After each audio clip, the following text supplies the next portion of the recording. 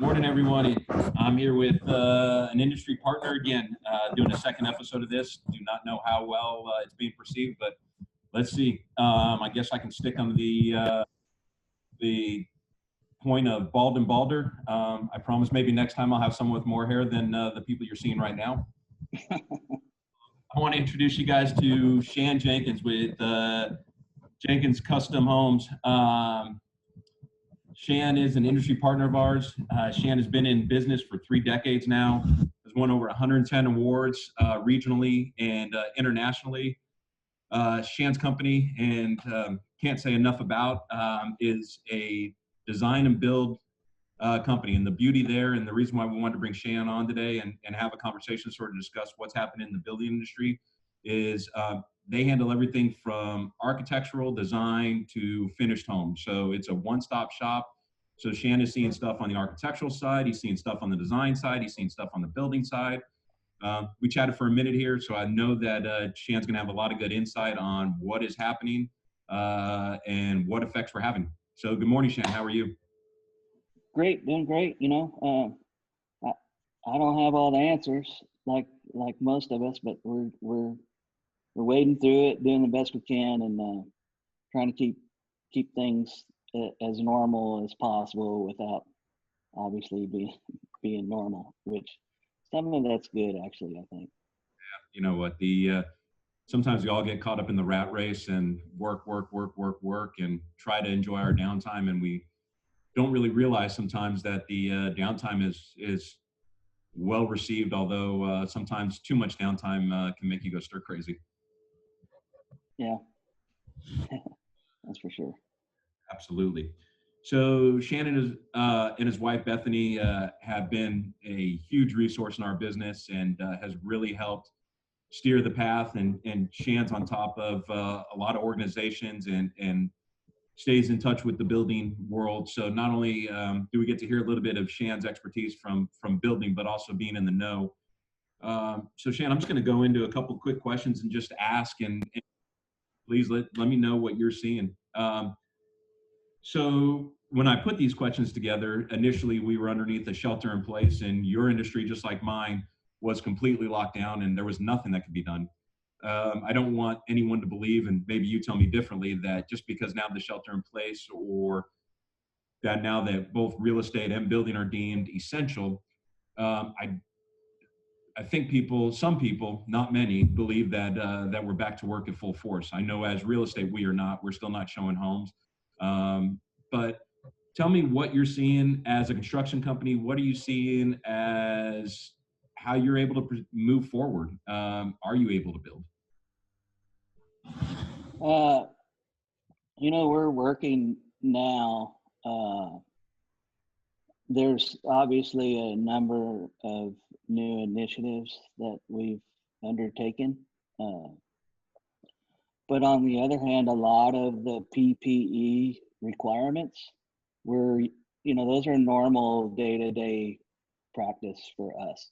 Not all of them, of course, but we wear gloves, we wear respirators, we have those available. Most trades have that in their toolbox, in their truck. So that part of it's not so foreign to us. Of course, then there's a lot of new things that we're implementing. Probably the biggest one is limiting the number of people on the job site, but I'll kind of go into more specifics as we go through this. But I mean, first I would like to say, because we are working, that we're thankful to be working. It's a privilege and a responsibility that we don't take lightly or for granted, especially in the environment that we're currently in. I know a lot of people, including yourself, that can't work or aren't able to work, or a lot more impacted maybe than we are. And we realize we got 2 battles that we're having to deal with. We've got the virus, which is the obvious health and safety issue, but then we've got the economy to consider also. I think the last statistics I saw from NHB is residential real estate makes up about 18% of the U.S. economy. So you're looking at of that, 3 to 5% is just residential new construction. So not counting the resales, and that's 3 to 5% of GDP. So you're looking at $850 billion an economy that essentially was on the verge of being shut down totally. So from that angle, we're happy and thankful to be working not just as Jenkins Design Build, but as our industry as a whole. So the good news, I think, from a health and safety perspective, and specific to your question, is that I think as an industry, we're uniquely qualified to work safely in this environment. Like I said, we already wear PPE on a daily basis. We normally have safety talks, safety guidelines on our projects. So it's not something we're having to learn from scratch. So I think as a citizen, you know, I have family, and I don't want them getting sick any more than anyone else wants their family or friends to get sick. So for us, we're spending a huge amount of time making sure we're functioning safely. The NHB put out some guidelines. We're following those. It's a very specific action plan that they've put in place. We've got to minimize the amount of workers to 10 people. We're pre-screening guys when they show up to the job, taking their temperature. If they show any signs of being sick or not feeling good, obviously we send them home. We've got hand sanitizer now on all our portalets. All our guys have gloves, respirators, eye protection, head protection, et cetera, et cetera. So those are the big things we're focused on now. Yes, we're working, but we want to work safely, not just to protect those that are on the project, but of course, their friends and families at home. Makes complete sense. With the less than 10 in place and trying to build a custom home, and you know, you built some pretty nice homes, and it takes a village to build. What kind of delays are you seeing in the construction world right now, and just in general? I mean, if you got a custom home, and I know it depends on where you are in the stages, but a home that's just been framed, what kind of delay is this going to put for the consumer? Because there's consumers that have made this decision 4 or 5 months ago, or let's just say 6 months ago, because they went through design and build, and you're finally ready to start, and you just framed. What kind of delays is going to put on these families? I mean, it's kind of too early really to measure the productivity impact it's going to have, but we have had some trades close down their companies. And so that is definitely going to impact our productivity. You know, they didn't feel like they were equipped to work safely. So they elected to take some time off until they could get the necessary sanitizers, gloves, respirators, dust masks, those items. And so they shut down. And you know, they shut down hoping they'd find these things, but it's getting hard to find. We used to have these things readily available at the big box hardware stores, but they've redirected a lot of their inventory to the healthcare industry. So this could slug along slowly, I think, for a while. Well, then here in Austin, at least, and correct me if I'm wrong, weren't we already at a labor shortage anyways, as far as the amount of, I mean, we're in a pretty aggressive real estate market, and we were already low in inventory, and there's a lot of people out there working. I mean, we were already short, weren't we? Yes. I mean, build times are already elongated, at least in our market, from, you know, 5, 6, 7, 8 years ago. So it's already taken longer, but this is only going to exacerbate the problem for sure. Wow, it's nuts. So you and I were speaking a little bit earlier, which I don't think people are truly understanding, and the effects it's going to have. And consumers need to know that as a builder, no matter who the builder is, they're going to be facing some consequences with the builder on their custom home build. for example, framing. You and I were speaking earlier, which didn't even come to mind until you and I spoke, is, you know, we're in Austin, Texas. It's hot, it's cold within a matter of hours. It's rainy, it's dry, pretty similar to a lot of places in the continental United States. And, you know, you frame a house today and there's another 2 months that no one's working on it and it's staying in the elements. You and I just spoke, you told me, which didn't even come to my mind, that framing is destroyed and the home needs to be reframed. And what you and I just said is framers are shutting, or industries or trades workers are shutting down their companies, which obviously trade worker is a framing. And then we're just talking about one aspect of the home. Um, as the consumer, what does the consumer need to know? Because who's going to take care of the reframing of the house? I mean, that's a substantial amount of money in a build. Um, what are your thoughts there? Yeah, absolutely.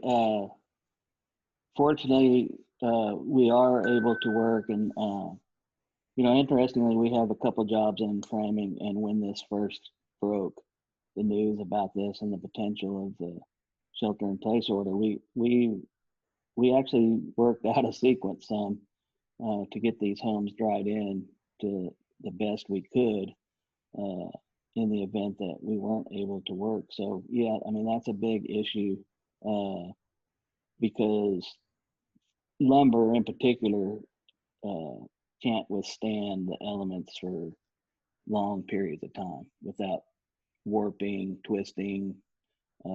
Sheet goods will deteriorate. A lot of those are glued products, and the glue fails if it's exposed to too much water and sun, and so it's a real concern. But again, I think it's fortunate for us that we're able to continue on with these things, and we are. But it's yeah, it's a two-edged sword. We're happy to be working, but again, we want to work safely, and it's a difficult, challenging time. We think the right thing to do as a company and as an industry is to keep these jobs moving. The economic impact, who knows what it would be if, to your point, we were reframing 3 million houses. What the effect that would be on the insurance companies, and then the length to resolve those issues would just, who knows how long that would take. Right now, but then I guess the fear in your mind, just like everyone else's mind and every other builder, every other industry, is tomorrow it can change. I know that we're all watching, me sparingly, but trying to pick up snippets of news pieces, and some people are, you know, it's their body, they're watching it every minute of every hour. But the bottom line is there's so much uncertainty of what the next step is, and I know there's a lot of political leaders, a lot of doctors that are hoping that we go to something very similar to what the rest of the world, or not the rest of the world, some parts of the world, China, Italy. Um, the bottom line is, if we go to a complete shelter in place and completely shut down, um, we're really, you know, you're going off of the fact you're working today, but you could be completely tomorrow shut down and not working at all. And that's a very real possibility. I mean, quite honestly, if we didn't have such a big voice in the real estate world and the building world in Austin, at least, we'd still be in a non-essential business. We've got a lot of big voices, whether you agree or disagree that we should be working. That's not the point. The point is we could be shut down tomorrow and we just don't know. Yeah, we could, and we've been operating under that assumption.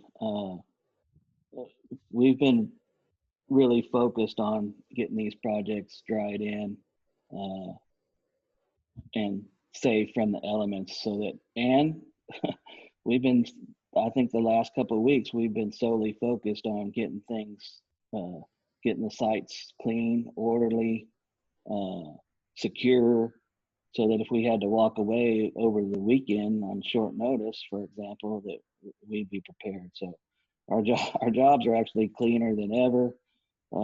Everything's put away and organized probably better than ever. And then we're working overtime to make sure everything's dried in properly in case it does happen. It is a real concern, and you have to think worst case scenario all the time. Absolutely. So one big question I have for you that's been roaming around in my head, because we're getting the calls nonstop. Michelle and I are fielding the calls. Not people saying, "Hey, let's go jump on something today," but asking, what's going to happen to the market? Is the market going to go down? Are there going to be deals? And our question is, it's too early to know. But yes, every market in the continental United States from this, you lose that many millions of jobs. Yes, there are going to be opportunities out there. How many? What's the opportunity going to be? Does Austin go down 1%? Does it go down 50%? I don't know. I have my assumptions and I have my beliefs and I have what I'm telling people. And I do think Austin's going to rebound a lot quicker than most cities in the continental United States. But I'm trying to stay out of that conversation for the simple fact is I just don't know and I don't want to be a liar. But with that being said, the question I have is, yes, there'll be opportunities in real estate, but in building a new custom home, consumers, what are their beliefs going to be? Is the consumer going to believe, okay, now every custom home is, well, you're a little bit different than most. You don't build spec, you build custom. The question is most are going to think, okay, now there's deals to be had. Well, my perception is your industry, which was already very expensive in Austin compared to what it was 5 years ago. And, there are some builders out there that are taking advantage of it. Most builders, though, are just facing the times that costs are more expensive. It's not just supply and demand. It's actually labor costs have went up, material costs have went up. Um, but what happens to you moving forward? I mean, are there deals out there for consumers, or is it the complete opposite? The building costs for you actually go up, and the pass over to the consumer is um, it's more expensive now. I don't know what the answer is there. It's hard for me to imagine it getting less expensive because of this. I suspect we'll see a pullback in manufacturing. So the supply of materials isn't going to go away, or isn't going to get better as a result of this. I don't think. So the supply and demand side of the equation, I don't think you're going to see any cost cutting on that end of it. And then the labor guys, we were not working for a week, specific to City of Austin. And those guys have already gone a week without a paycheck. So for them to, for us to go to them and say, hey, we'd like for you to cut your pricing, I wouldn't do that. B, I don't see them having the capacity to do that right now when they're just, scrambling to stay afloat, really, to keep working. So in the short term, I don't see it happening. Long term, I mean, the soothsayers on the economy long term is pretty varied on how we're going to respond to this. Is it a short recovery, a long recovery? I think a recovery is well, we can only go up from here, right? I mean, that's the positive side of it. And that's what I try to tell everyone that I come into contact with right now is let's look at the glass half full instead of half empty. Yes, a lot of us, including myself, have lost a fair amount of money right now. Thankfully, a lot of us where we've lost our money is more or less monopoly money, and it's in areas that go up and down, and we expect it. And unless you're retiring tomorrow, you really don't have to truly sit back and worry. It still is a gut check, and it still makes you feel bad. But we need to look at the glass half full. And like you just said, we can only go up from here. Obviously, we don't know if we've hit the bottom, and trying to predict the bottom, who the heck knows? The interesting part that you just mentioned, though, and that's I think, and again, I might get in trouble for saying this, but I think the American mentality is what's in it for me thing. And it's sort of the way that we're all bred. I know I've got, teenage kids, and everyone says that they're so entitled. Well, I contradict that and think us as Americans are entitled, much more so than our neighboring countries. And we sort of take everything for granted. I lived in Vegas for 27 years, and I watched what happened in Vegas in 2007, 2008. And I just referred a client back out to Vegas, and I talked to a buddy of mine. They didn't learn their lesson. But that's just not Vegas. That's the entire country. We have not learned we did. And Vegas is about to get hit probably with an as hard, if not harder, economic turn, because their prices are more than they were in 2007, 2008. And it's just crazy to me. So where I'm going with this is the entitlement is most Americans are going to think, okay, I was hurt, I've lost money, and when we start rebounding, now I should get advantages, I should get a better deal on a house, I should get this. So it's a double-edged sword for you building homes. Is you need to run a company, you need to be able to build a home, you got to do what's right for the consumer, and unfortunately, the consumer is going to look at you as, hey, take care of me because I was just hurt, but your costs aren't going down, your costs just went up. So it's a double-edged sword that, the way I look at it is we're finally in a place in time, which I could pray was going to happen. I don't think it is, that we all got to sort of work together. Unfortunately, if history precedes itself, that's not going to be the case. It's going to be what's in it for me. So I don't know if you're seeing the similar, and you got to build your company in the fact that, yes, you want to make people happy, but maybe it's you build a heck of a lot less homes and take care of your consumers instead of trying to make everyone happy, because you can. Yeah. Um, Well, for us, we're always going to focus on quality, and granted, we probably cater more to the retiring family, and then our homes, they're in some regards meant to be heirlooms and handed down to the next generation as an investment, if nothing else. So, and when you're focused on that, it's pretty hard to come up with ways to cut corners and cut expenses and provide something lesser. It's interesting. I was listening to a webinar that David Kohler put on, and he's the president of the Kohler Company, which is a vendor. We use a ton of their products. But one of the things he said that I took note of that stood out to me in the whole thing is consumer demand is going to change as a result of this. Specific to the housing market, they're going to want more technology in their homes, better technology, because let's face it, as we're building new homes, we're going to have to consider the ability to work efficiently and effectively from home. People are going to want to work from home. It's been a luxury for many, home offices and everything that goes with it, but it's going to become essential now. I think even for maybe not first-time home buyers, but the ability to stay and work from home is going to become more and more important. They're going to want more secure homes. They're going to want healthier homes. Healthy Home is an initiative we started 5 or 6 years ago. And they're going to want more durable homes. The importance of indoor air quality and water quality is going to become a requirement. Anyway, I just found it very interesting that he said, look, consumer demand is going to change. How you're able to predict that and figure that out, you'll just be further ahead. But it's definitely going to change.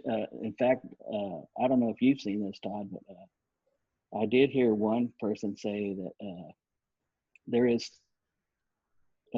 some concern. Some people are concerned about going into a house that they don't know the history of or who lived there, and what measures do we got to take before we can take them into that new house or that resale. So these are all things, being able to figure that out and adapt to that and understand the demands of the consumer going forward, I think is going to be very important. Yeah, it's crazy. I did see a report 2 days ago from USA Today from a gentleman that lives in China, American citizen, lived there 16 years with his Chinese wife, and he tried to get out in January, and he just couldn't get out of China, so he decided to hunker down, and they were in shelter in place, and their shelter in place was not leaving the home, so they were stuck at home for 8 weeks. Couldn't go outside, had to have their groceries delivered. So completely different than our, again, entitled shelter in place that we're currently in. The moral of the story was, though, is the fact that life has changed for them, the what they need to do and how they need to do things.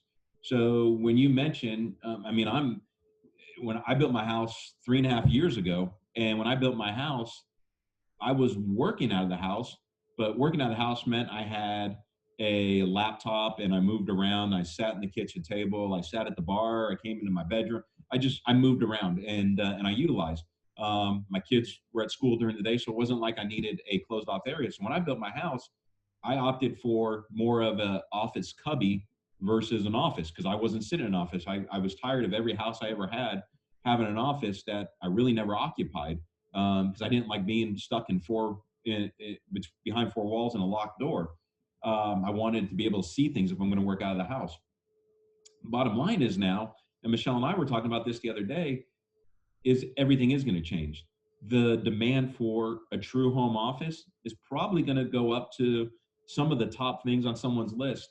Home theaters have went away. I know in a lot of your homes, you still do home theaters and stuff because you're building a home similar to that. But in the general building world, in production homes and things of that nature, theater rooms went away. People were building their theater rooms in their family room and utilizing a mixed space. Now there's going to be people because of this that are going to want to get a place to get away because, again, we're all together. Like you said, technology. You see, in our industry, we've only seen the people asking for high-speed internet and Google Fiber and things of that nature were techies. And obviously, we got a lot of techies in Austin. But those are really the only people that were truly asking. The rest of the layman's can run off of a hotspot on their phone. I think we're going to see the need for some high speed and the most up-to-date technology in a home so people can work and not be with a lag. So I do see, like you said, and I do think Mr. Kohler was right on, is demand is going to change. What people want in their homes, what's important for people is going to be an ever-changing time. And I think where we were going with smaller is better. And I'm still, I know you build a lot of big homes, and I sell a lot of big homes. But me personally, I like space that feels a little bit more intimate, but also has the right size, is my opinion. I think we're going to go away from where we were of people going smaller and possibly going bigger again, because the only way to get everything that people are going to want to live and work from home is in a bigger space. So I just see the whole arena just changing drastically. Definitely. I have 3 kids that are supposed to be somewhere else. They're all at home right now. My mother's at home. So we've got 8 people in our house, and I can envision a future where homes are going to get bigger so that you have the ability to shelter your family, bring them from wherever they are and keep them safe. For those that have the means to do that, I think you're going to see more of that. I think you're going to see homes. The consumer is going to want homes that can last generations. This is common in Europe, where your son gets the house, his son gets the house, his son gets the house, and it just gets transferred from generation to generation. And I think we're going to see more of that, not just because of the virus, but just the premium, just the cost of building a house, just the cost of land. All these things are going to contribute to that, I think. But the bottom line is people are going to want more technology advanced homes. They're going to want safer homes, homes that are more energy efficient, and homes that are durable, that are going to last. I just think that's where we're. The disposable homes, starter homes, I think those are even the starter homes are going to have lots. The consumer is going to demand a lot better product, maybe than what we did. And they do build a great product now, but way better than it was 15 years ago, for sure. Well, one part that I hope you're right, and I don't ever want to contradict what you just said, as far as passing on homes to generation to generation. Again, I guess I'll go on my soapbox of our entitlement in the U.S. As I've seen, the first question at everyone's mouth, even when they're buying their home for themselves, is what is the appreciation going to be what's the value going to be in 5 years? And it's just that part to me. I mean, this is what I do for for a career. This is how I put food on my family's table. And I guess I should sit back and say, thank you for thinking that as an investment, because you're going to call me in 3 to 5 years to sell it. But the sickening part is investment real estate is investment real estate. Your home that you live in is the home that you live in, the home that you build for your family, the home that you build memories, the home that is a place that you're supposed to call your home, not a house, it's a home. Um, so the only part that I contradict you there is we got to get out of our own way as this entitlement of what's in it for me and how much money am I going to make from my home. Our home's not our piggy bank. Our home is a place that we raise our family, that if we look back generations, that people lived there 10, 15, 20, 30, 40 years and built memories. Um, I hope you're right. I don't know. Part of people that will do it that way. I hope it's just not the ultra wealthy, the 1% of the one percenters, that really don't, that obviously they care about money, but money's not the first thing on their mind. I hope that we all start thinking of at least our home as something a little bit different. We can all go find investment real estate. Investment real estate's out there, but build a home for yourself, for your family, that you're happy about, you're proud about, that you want to pass around to your kids. It'll be interesting to see what happens. I mean, right now we're pretty transient society. We live and work all over the world all the time, and there's really very few barriers to keep that from happening. So it'll be interesting to see if there's a pullback on that. I kind of suspect there will be, but what do I know? I completely hear you. I guess the wrap this up and just and give the consumers just one last tidbit. Um, you know, what are you seeing yourself long term? We've already answered a little bit of this. Are you getting calls currently for custom home projects? How long do you see the delay? What do you see sort of your forecast that you're telling your clients right now if you were to get a call? Uh, we're not, the phone's not ringing as much.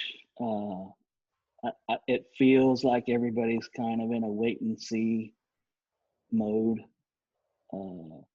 At least that's the feeling. We don't really track phone calls as a metric. I guess we should, and we certainly could. But I think phone calls are down now. But I think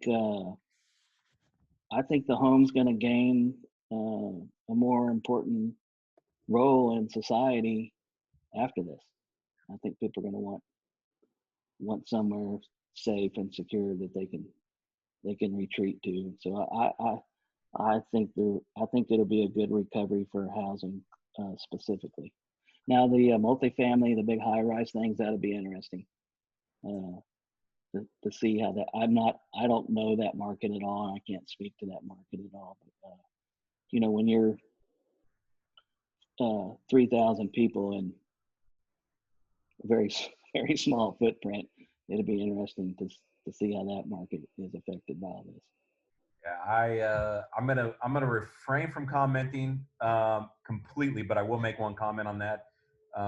Again, I lived 27 years in Vegas. I went through the beginning of the downturn before I came here in 2007, 2008, and I tell all my customers, and this is gonna probably upset some of my my colleagues downtown that specialize in urban and high-rise building. And nothing against them, but I've always told my consumers, if you're looking for your safest bet, own the land, own the airspace. You're no different when you own four walls than your neighbor next door. And unfortunately, if history plays itself out, you saw high rises in Florida, Arizona, Nevada, California, anywhere where there was multi-units going up. Unfortunately, multi-units get hit first. I hate to say it, and I hope it doesn't play out, because I do have a lot of good friends that's their income stream, and they've done very well. But that's my one take on it. I value is in land. So when you own the land typically doesn't go down. It's the building that either goes up or down.